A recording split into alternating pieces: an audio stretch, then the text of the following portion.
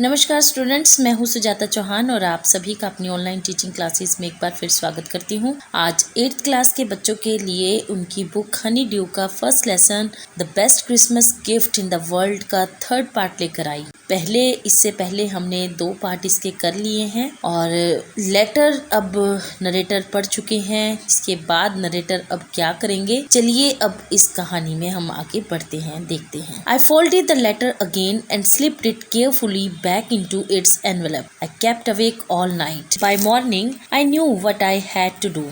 I drove into Bridport, just a few miles away. I asked a boy walking his dog where Copper Beaches was. पत्र को पढ़कर दोबारा उसे fold कर अपनी ध्यानपूर्वक उसी लिफाफे में डाल दिया। मैं सारी रात जागता रहा और सुबह होने तक मैं जान गया था कि मुझे अब क्या करना है। मैं कुछ ही मील दूर ब्रिडपोर्ट में गाड़ी से गया। मैंने एक लड़के से पूछा कि कॉपर बीचेस कहाँ है। वह वहाँ अपने कुत्ते को घुमा रहा था। House number 12 turning out to be nothing but a burned out shell, the roof gaping, the windows boarded up. I knocked at the house next door and asked if anyone knew whereabouts of Mrs. McPherson. Oh yes, said the old man in his slippers. He knew her very well. A lovely old lady, he told me. A bit muddle-headed, but at her age she was entitled to be, wasn't she? मकान number 12 एक जले हुए खोल के अतिरिक्त और कुछ नहीं निकला। छत खुली हुई थी, खिड़कियां बोर्डों से बंद थी। मैंने पास के घर के द्वार को खटखटाया और पूछा कि क्या कोई श्रीमती मैकपर्सन के बारे में जानता है। स्लीपर पहने हुए एक बूढ़ी आदमी ने कहा कि हाँ, वह उसे अच्छी तरह से जानता है। उसने मुझे बताया कि वह एक प्यारी बूढ़ी औरत है, थोड़ी सी जड़ बुद्धि है। इस तरह हो जाना एक स्वाभाविक चीज़ है। 101 वर्ष की वृद्धा, क्या नहीं? 101 years old. She had been in the house when it caught fire. No one really knew how the fire had started, but it could well have been candles. She used candles rather than electricity because she always thought electricity was too expensive. वह घर में थी जब घर में आग लगी।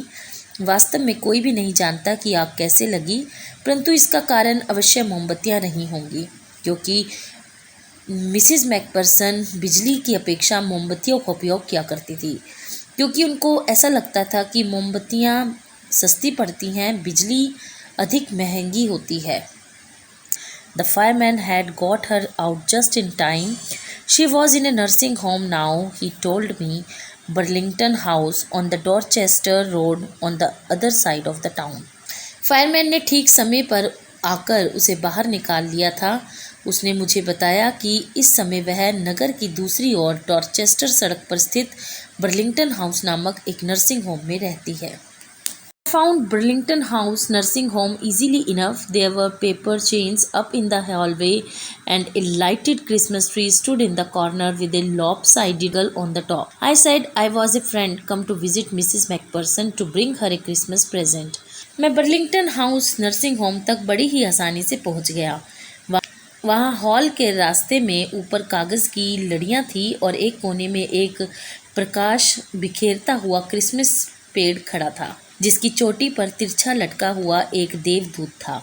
मैंने कहा कि मैं एक मित्र हूँ, श्रीमती मैकपर्सन से मिलने आया हूँ और उनके लिए क्रिसमस पर एक उपहार भी लाया हूँ।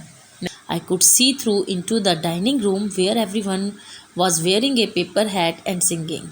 The matron had a hat on too and seemed happy enough to see me. She even offered me a mince pie. She walked me along the corridor. मैं भोजन कक्ष में हर व्यक्ति को कागज़ की टोपी पहने हुए और गीत गाते देख सकता था। मैट्रन भी हैट पहने हुए थी और मुझे मिलकर वो काफ़ी खुश नज़र आ रही थी। उसने मुझे मांस की एक कचौड़ी भी प्रस्तुत की। वह मुझे गलियारे से होते हुए ले गई। Along the corridor, Mrs. McPherson is not in with the others, she told me. She rather confused today, so we thought it best if she had a good rest. उसने मुझे बताया कि श्रीमती मैकपर्सन अंदर दूसरों के साथ नहीं है। वो आज काफ़ी उलझन में थी, तो हमने सोचा कि अंदर वो आराम करे, ये उनके लिए बहुत अच्छा रहेगा। She has no family, no one visits. So I'm sure she will be only too pleased to see you. She took me into the conservatory with the wicker chairs and potted plants all around and left me. आप जानते हैं कि उनका कोई परिवार नहीं है, तो इसलिए कोई भी उनसे मिलने नहीं आता। अतः मुझे यकीन है कि आपसे मिलकर वो बहुत प्रसन्न होंगी। वह मुझे एक सुरक्षित भंडार में ले गई जिसमें चारों ओर सीक से बनी कुर्सियां और गमलों में पौधे लगे थे, और वह मुझे वहाँ छोड़ गई। The old lady was sitting in wheel chair, her hands folded in her lap. She had silver white hair pinned into a wispy bun. She was gazing out at the garden. "Hello," I said. She turned and looked up at me vacantly. "Happy Christmas, Connie."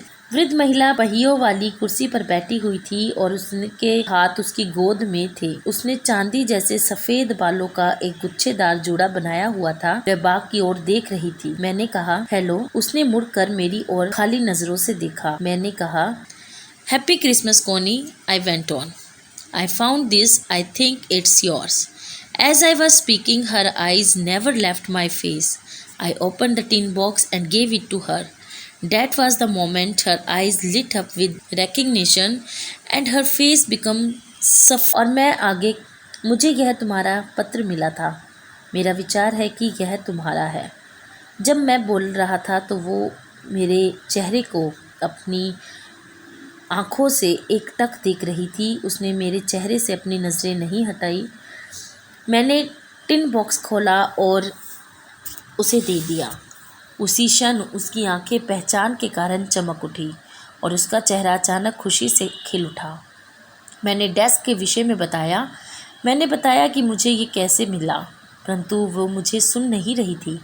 कुछ समय तक उसने कुछ नहीं कहा, केवल कोमलता पूर्वक अपनी उंगलियों के सिरे से पत्र को सहलाती रही। Suddenly she reached out and took my hand. Her eyes were filled with tears.